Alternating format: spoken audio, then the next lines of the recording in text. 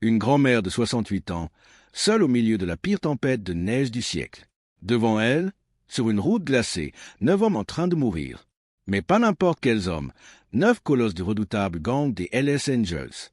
N'importe qui aurait fui. Elle a risqué sa vie pour les sauver. Le lendemain matin, ces 9 géants ont frappé à sa porte. Et ce qu'ils lui ont révélé ce jour-là va vous bouleverser à tout jamais. Restez avec moi jusqu'à la toute fin pour découvrir le dénouement incroyable de cette histoire. Avant de continuer, pensez à aimer cette vidéo et à vous abonner à la chaîne. Dites-moi aussi dans les commentaires d'où vous me regardez. J'adore vraiment savoir de quelle ville ou de quel pays viennent mes spectateurs.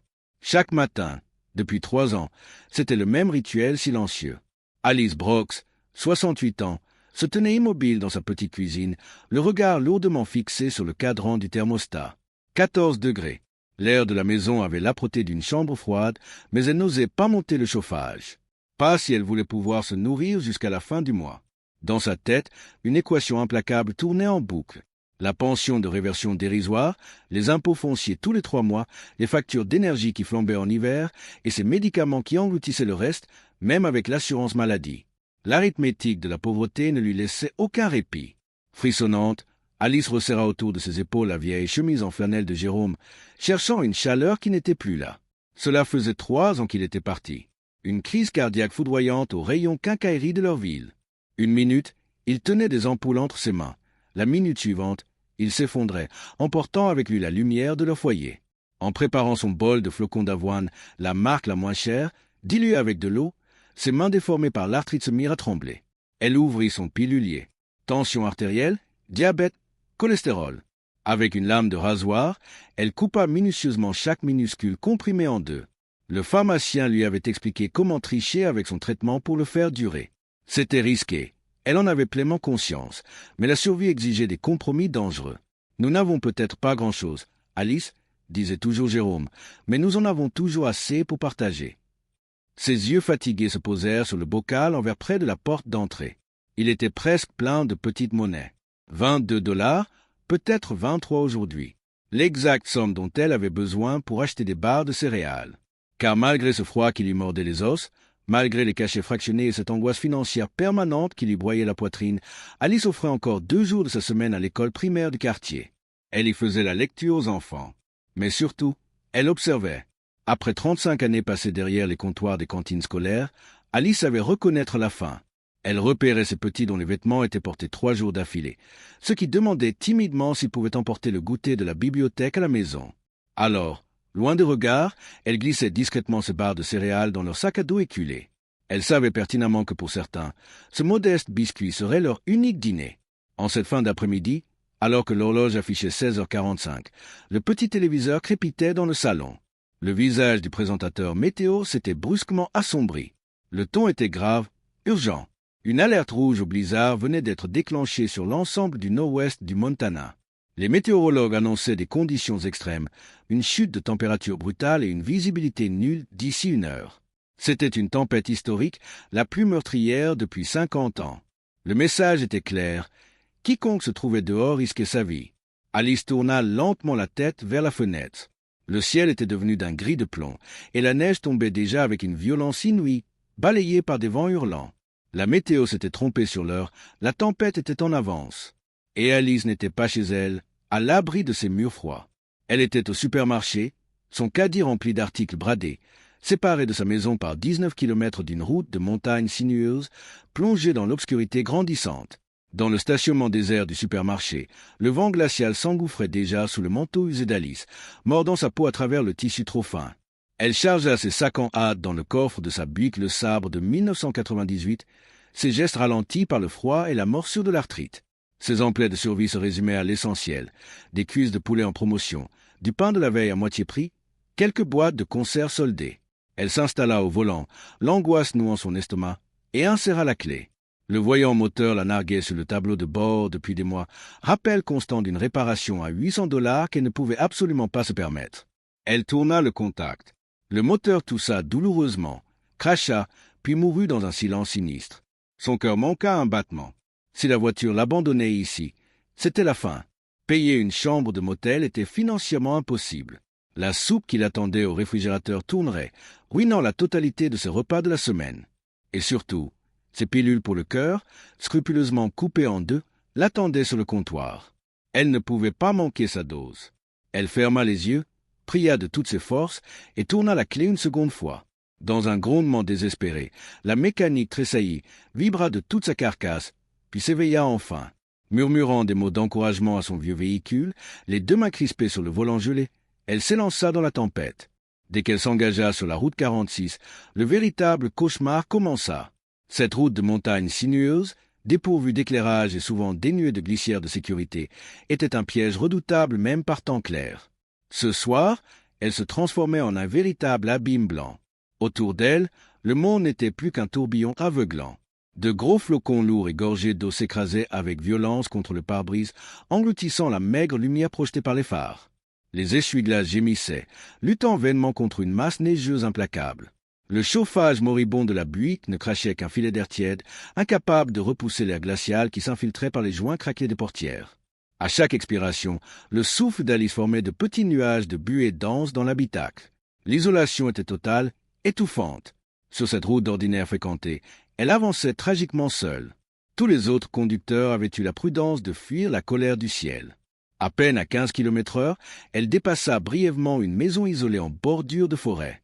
Une lumière dorée filtrait à travers les fenêtres épaisses. L'espace d'une seconde, Alice imagina la douce chaleur d'un foyer, une famille à l'abri, réconfortée par un bon repas, loin de cette terreur glacée. Puis, l'illusion réconfortante s'évanouit, brutalement ravalée par les ténèbres. La visibilité tomba à moins de 3 mètres. Plus aucun repère, plus d'horizon. Seulement les ombres fantomatiques des sapins et le vide noir du ravin qui guettait à chaque virage. Ses jointures étaient devenues d'un blanc cadavérique à force de serrer le volant, son corps entier n'étant plus que tension et douleur. Elle priait sans cesse, les yeux plissés, brûlant de concentration, suppliant le destin de la laisser rentrer chez elle en un seul morceau. Soudain, à travers l'épais rideau de neige, un panneau vert apparut furtivement dans la lumière blafarde des phares, kilomètre 32. Elle touchait presque au but. Encore quelques kilomètres de calvaire. Mais alors qu'elle abordait une nouvelle courbe serrée, ses lumières balayèrent une immense plaque de verglas noir. Et là, au beau milieu de cette obscurité glaciale, une forme gigantesque, sombre et effroyablement immobile, bloquait entièrement la voie. Un violent frisson de terreur la transperça. Alice écrasa brutalement la pédale de frein, et la lourde carcasse de la Buick entama une glissade silencieuse et incontrôlable vers l'inconnu. La Buick s'immobilisa dans un crissement sourd, dérapant dangereusement sur la glace noire avant de s'arrêter à quelques mètres de l'obstacle. Le cœur d'Alice tambourinait contre ses côtes avec la force d'un marteau-piqueur. Les mains tremblantes, elle actionna les feux de détresse et plissa les yeux à travers le pare-brise givré. Ce n'était pas un cerf égaré ni un arbre déraciné. C'étaient des hommes, plusieurs hommes, éparpillés sur l'asphalte gelé. Elle attrapa instinctivement son téléphone portable, mais l'écran affichait l'évidence cruelle. Aucun réseau. Cette portion de la route 46 était une zone morte tristement célèbre. Rassemblant tout son courage, elle poussa la portière. Le vent la frappa comme un poing invisible, lui coupant instantanément la respiration, tandis que la neige cinglante lui brûlait le visage. En titubant, s'agrippant à la carrosserie pour ne pas être balayée, elle s'approcha de la scène macabre. Et là, l'effroi la pétrifia. 9 colosses gisaient au milieu d'un enchevêtrement de motos de gros cylindres et renversés comme de vulgaires jouets brisés. Sur le dos de leurs lourds blousons de cuir, un insigne indubitable se détachait lugubrement dans la lumière clignotante de ses phares, la tête de Morellet, les redoutables LS Angels.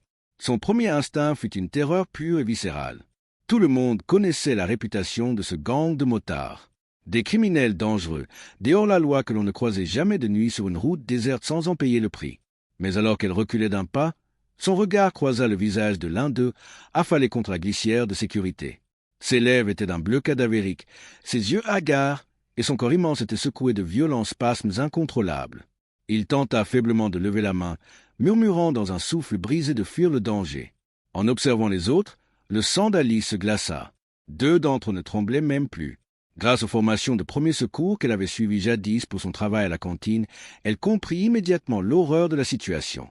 C'était le stade 3 de l'hypothermie. Leur corps était en train de s'éteindre. Sous les cuirs menaçants et les airs de brutes épaisses, il n'y avait plus de gang dangereux. Il n'y avait que 9 êtres humains en train de mourir de froid. Dans son esprit, les calculs s'enchaînèrent avec une lucidité terrifiante. 9 hommes immenses.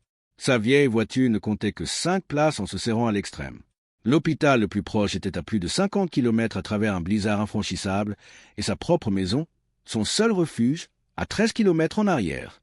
Aucune ambulance n'arriverait à temps. Partir chercher les secours signifiait les condamner à une mort certaine. C'était une équation mathématiquement impossible, une folie absolue. C'est alors qu'une force insoupçonnée, brute et farouchement maternelle, s'éveilla en elle. Cette même autorité inébranlable qui lui permettait jadis de maîtriser d'un seul regard des centaines d'enfants agités à l'école prit le dessus sur sa peur et son arthrite. Sa voix trancha la fureur de la tempête, claire et dominatrice. Elle s'adressa aux motards, ordonnant aux 4 plus solides de se lever. L'un d'eux protesta faiblement, refusant d'abandonner ses frères pour mourir seul. Alice l'agrippa par le col avec une poigne d'acier. Il n'était pas question qu'elle enterre 9 hommes cette nuit par simple fierté mal placée. Son ton absolu, qui ne souffrait aucune réplique, brisa instantanément leur confusion léthargique. Ignorant les hurlements de sa propre colonne vertébrale, martyrisée par des décennies à soulever des marmites industrielles, cette femme de 68 ans entreprit l'impensable.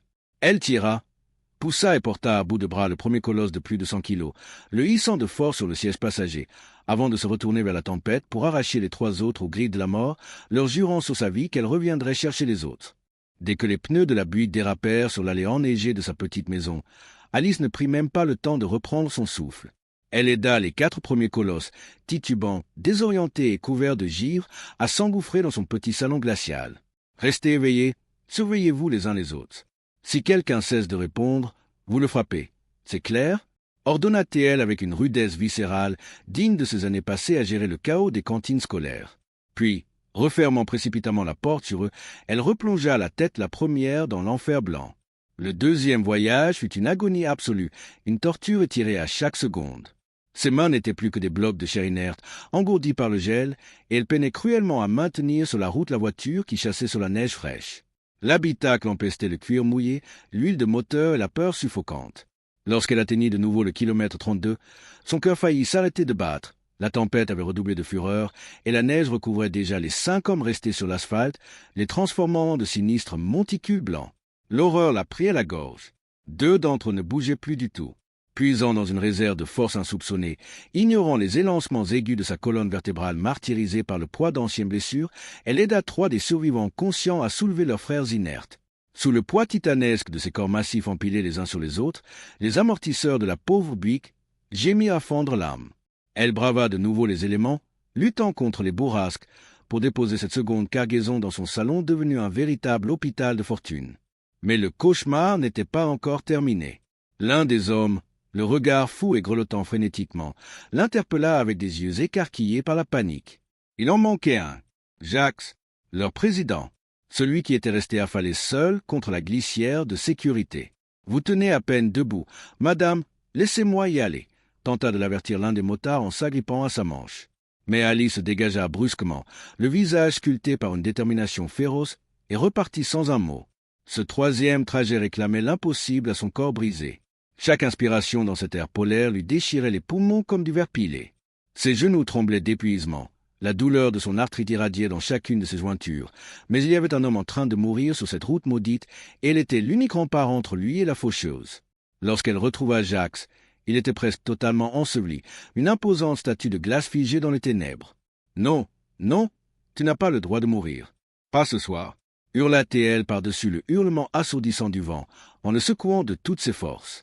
Il pesait plus de 120 kilos, une masse colossale de muscles et de cuisses gelées. Elle tenta de le tirer. Ses pieds glissèrent sur le verglas et elle s'effondra rudement à ses côtés. Ses yeux se remplirent de larmes de frustration brûlante. « Allez, Jérôme !» sanglota-t-elle, levant les yeux vers le ciel d'encre aveuglant. « Je sais que tu es là-haut.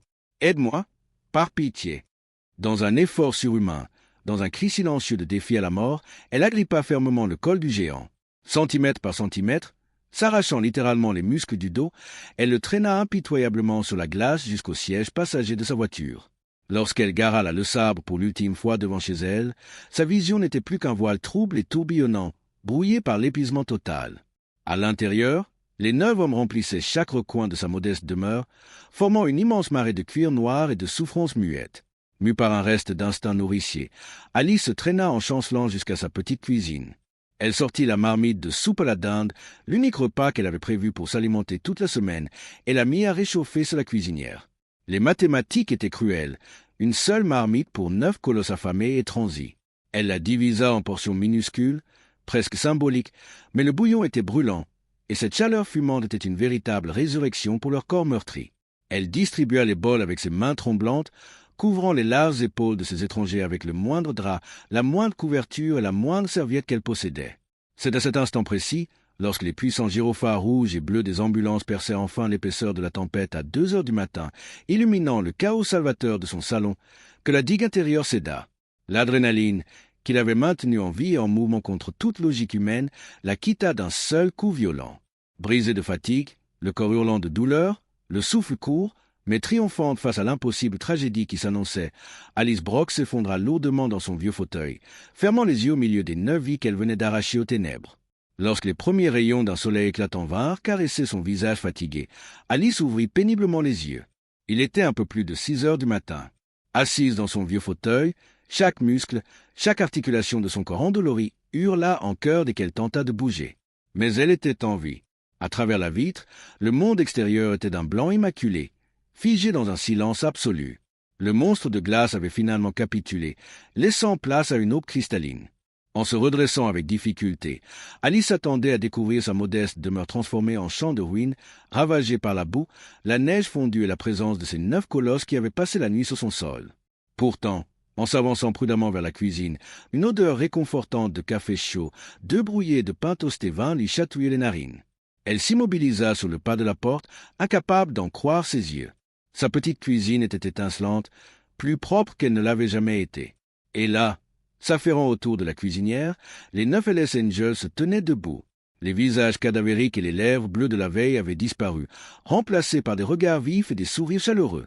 Ils bougeaient avec une aisance et une attention surprenantes. L'un d'eux lui tendait déjà une tasse de café fumant, tandis qu'une montagne de nourriture, des vivres qu'ils avaient visiblement fait apparaître par miracle, bien plus riches et abondants que ce qu'elle n'avait vu sur sa propre table depuis des mois, l'attendaient. Ces géants de cuir l'accueillaient chez elle comme si elle était la reine des lieux. Jacques, le président du groupe, s'approcha d'elle. Bien que sa stature colossale incarne parfaitement l'image du chef de gang implacable, son regard était d'une douceur bouleversante lorsqu'il se posa sur cette grand-mère épuisée. D'un geste infiniment respectueux, il tira une chaise et l'invita à s'asseoir. Complètement déroutée, Alice balbutia, tentant de minimiser son acte de bravoure avec sa modestie habituelle. Elle n'était qu'une vieille femme, affirma-t-elle à voix éraillée. Elle n'avait fait que ce que n'importe quel être humain doté d'une âme aurait fait à sa place. Mais Jacques leva doucement la main, imposant un silence immédiat dans la pièce. Ses 8 frères d'armes cessèrent instantanément leurs activités pour se rassembler autour de la petite table en bois, l'entourant d'une bienveillance solennelle. « Madame Brooks, s'il vous plaît, laissez-moi parler », murmura Jacques, sa voix grave encore légèrement rocailleuse à cause du froid de la veille. Il s'assit face à elle, plongeant son regard sombre dans le sien. Le rythme des battements de cœur d'Alice s'accéléra. L'atmosphère s'était soudainement alourdie, vibrante d'une émotion contenue. « Avant que nous ne partions et que nous vous rendions votre tranquillité, nous devons absolument vous dire quelque chose. » Il prit une profonde inspiration, cherchant les mots justes, tandis que le reste du groupe la fixait intensément. « Hier soir, vous avez risqué votre vie, bravé l'enfer blanc à 3 reprises pour sauver de parfaits étrangers avec des écussons qui terrifient la plupart des gens. Vous ne nous avez pas jugés. Mais ce matin, il faut que vous sachiez la vérité.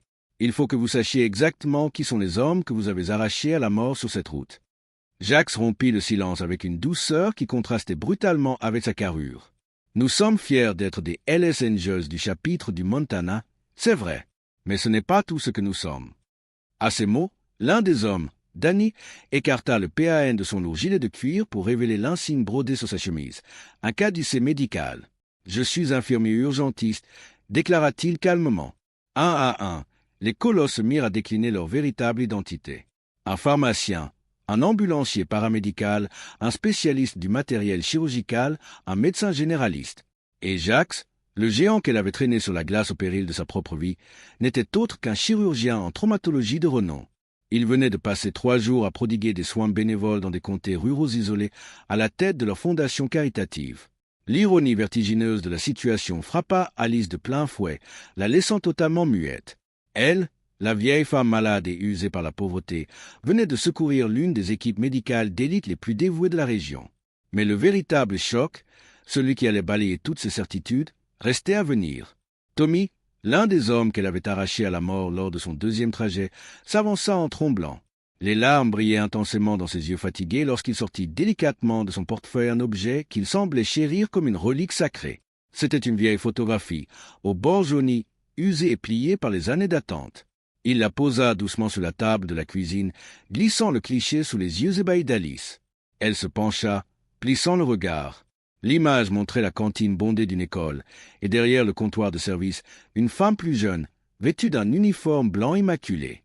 C'était elle, et juste devant elle, tenant son plateau avec des mains fragiles, se tenait un petit garçon blond d'environ 7 ans, d'une maigreur effrayante. École primaire Jefferson. Denver, Colorado, 1983, murmura Tommy, la voix brisée par une vague de fond émotionnel. Alice porta instantanément ses mains à son visage, le souffle coupé par la sidération. Tommy poursuivit, de grosses larmes coulant désormais librement sur ses joues burinées de motard. Il lui raconta la misère absolue de son enfance, la faim atroce qui lui tenaillait le ventre chaque jour, et comment ce repas de midi à la cantine était très souvent la seule nourriture qu'il avalait de toute la journée. Il lui rappela cette dame, cette femme au grand cœur qui veillait toujours, discrètement, à ce que son assiette soit un peu plus remplie que les autres, qui connaissait son nom alors qu'il se sentait invisible et qui lui redonnait chaque midi sa dignité d'enfant. Mademoiselle Alice, balbutia-t-elle, les larmes inondant brusquement ses propres yeux. Tu m'appelais petit Tommy. Tu étais si petit, si timide. Le colosse tomba lourdement à genoux devant sa chaise et prit les mains déformées de la vieille dame dans les siennes. Vous avez sauvé ma vie il y a 40 ans, mademoiselle Alice, sanglota-t-il de toute son âme. Si je suis devenu assistant médical aujourd'hui, si je consacre ma vie à soigner les plus démunis, c'est grâce à vous. Il lui avoua qu'il la cherchait désespérément depuis 20 ans pour lui exprimer sa gratitude. La nuit précédente, alors qu'il grelottait en se remettant de son hypothermie dans son salon, il avait vu les cadres photos sur la cheminée. Il avait reconnu son visage, son nom. La boucle venait de se fermer avec une perfection cosmique bouleversante. La femme courageuse qui venait de l'arracher à une mort glaciale sur la route 46 était l'ange gardien qui l'avait nourri et sauvé de la famine 4 décennies plus tôt. Dans la chaleur retrouvée de cette petite cuisine, les 9 Hells Angels pleuraient en silence, foudroyés par la majesté de cette justice poétique que le destin venait d'orchestrer avec tant de génie. L'émotion pure qui saturait l'air de la petite cuisine laissa peu à peu place à une résolution inébranlable dans le regard de Jacques. Le président des motards, essuyant discrètement une larme, posa une main ferme et rassurante sur l'épaule tremblante d'Alice. Il était absolument hors de question, décréta-t-il avec une autorité teintée d'infinie tendresse, que la femme qui venait de les sauver passe un seul jour de plus à grelotter dans la précarité. Devant elle, Jacques déroula le plan de leur gratitude, une véritable avalanche de miracles qui allait réécrire le crépuscule de son existence. D'abord, leur puissant réseau de soins prenait en charge une couverture médicale intégrale et à vie. Elle ne diviserait plus jamais ses pilules avec une lame de rasoir pour survivre. Ensuite, une enveloppe d'urgence de $50 000 lui était octroyée par le chapitre des Hells Angels pour qu'elle n'ait plus à choisir entre se chauffer et se nourrir. Enfin, une équipe d'entrepreneurs viendrait refaire intégralement la toiture, l'isolation et le chauffage de sa maison. Alice, totalement submergée, secouait la tête en pleurant, balbutiant qu'elle ne méritait pas un tel trésor. Mais Tommy s'avança à nouveau, un sourire radieux illuminant son visage buriné. Leur cadeau ne s'arrêtait pas au seuil de sa porte. Pour honorer ces 35 années de dévouement silencieux, ils allaient implanter une clinique mobile permanente au cœur de sa ville. Son nom brillerait sur ce magnifique projet, l'initiative de santé communautaire Alice Brooks. Et ils exigeaient qu'elle en prenne la direction avec un poste salarié d'agent de liaison communautaire pour continuer à faire ce qu'elle faisait de mieux, veiller sur les autres avec dignité. Les 3 mois qui suivirent effacèrent des années de souffrance muette, transformant la sombre réalité d'Alice en un triomphe éclatant. Le bruit salvateur des marteaux envahit sa propriété, chassant la peur des hivers glaciales. Les murs furent parfaitement isolés, le toit réparé, et pour la première fois depuis la disparition de son mari, le thermostat affichait fièrement une température douce et clémente. Mais la plus belle des métamorphoses s'opérait sur la place de l'église locale. Un imposant camping-car médicalisé y ouvrait désormais ses portes. À l'entrée, vêtue d'une blouse blanche immaculée fièrement brodée à son nom, Alice se tenait droite et rayonnante. Aux côtés de Tommy, de Jacques et de ses motards au grand cœur, elle accueillait ses voisins, tenait les mains des aînés soulagés et veillait sur la santé des enfants démunis. La petite graine de gentillesse qu'elle avait plantée 40 ans plus tôt s'était transformée en une force immense, prouvant au monde que la générosité sincère finit toujours par déclencher des miracles à couper le souffle. 1 an plus tard, le froid de décembre balayait à nouveau la route 46. Mais cette fois, ce n'était pas la mort qui régnait au kilomètre 34. Une foule immense était rassemblée sur l'asphalte figé par l'hiver. Les habitants de la ville, des professionnels de santé venus de tout l'État et des dizaines de motards aux lourds blousons de pluie entouraient Alice Brooks. La vieille dame se tenait là, infiniment digne, aux côtés des 9 colosses qu'elle avait arrachés aux griffes du blizzard. L'air était vif, mais la chaleur humaine qui se dégageait de ce rassemblement aurait pu faire fondre la plus tenace des glaces. Jacques s'avança, son immense silhouette imposant un silence d'un respect absolu à l'assemblée. D'un geste solennel, il retira la lourde toile qui recouvrait un monument de bronze érigé sur le bord du ravin. La plaque étincelante portait l'inscription « Le kilomètre des gardiens », en l'honneur d'Alice Brooks, qui a prouvé qu'un seul acte de courage peut sauver 9 vies et en transformer des milliers d'autres. Jacques se tourna vers la foule, la voix vibrante d'une gratitude éternelle, rappelant que là où la plupart des gens auraient accéléré par peur ou par indifférence, une femme épuisée par la vie avait choisi de s'arrêter pour plonger dans les ténèbres. Soutenue par Tommy, qui pleurait de fierté, Alice s'approcha doucement du microphone. Les larmes brillaient dans ses yeux, mais sa voix s'éleva avec une puissance inébranlable face à cette mer de visage suspendu à ses lèvres. « Je ne me suis pas arrêtée pour recevoir des honneurs, » déclara-t-elle simplement, l'émotion faisant trembler ses mots. « Je me suis arrêtée parce que 9 êtres humains avaient besoin d'aide. Nous faisons tous face à ce choix, chaque jour. Face à la détresse, allez-vous détourner le regard et tracer votre route, ou allez-vous trouver la force de vous arrêter ?» Un tonnerre d'applaudissements éclata, déchirant le ciel de l'hiver. En guise d'hommage ultime, les 9 LS Angels démarrèrent leurs imposantes Harley-Davidson dans une symphonie assourdissante. Les moteurs rugirent, faisant vibrer le sol et le cœur des spectateurs, et dans un majestueux salut de la main, ils s'éloignèrent sur la route, laissant derrière eux une traînée d'espoir indélébile. Alice Brooks ne cherchait pas à changer le monde, elle essayait seulement de rentrer chez elle. Mais parce qu'elle a refusé de fermer les yeux face à la souffrance, parce qu'elle a osé glisser un repas supplémentaire dans l'assiette d'un enfant affamé 40 ans plus tôt, une véritable révolution de compassion est née.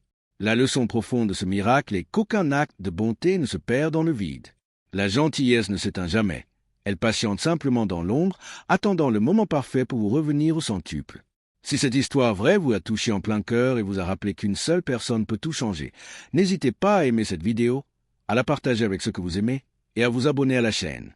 C'est en diffusant cette lumière que nous continuons à prouver que l'humanité et le bien finissent toujours par triompher.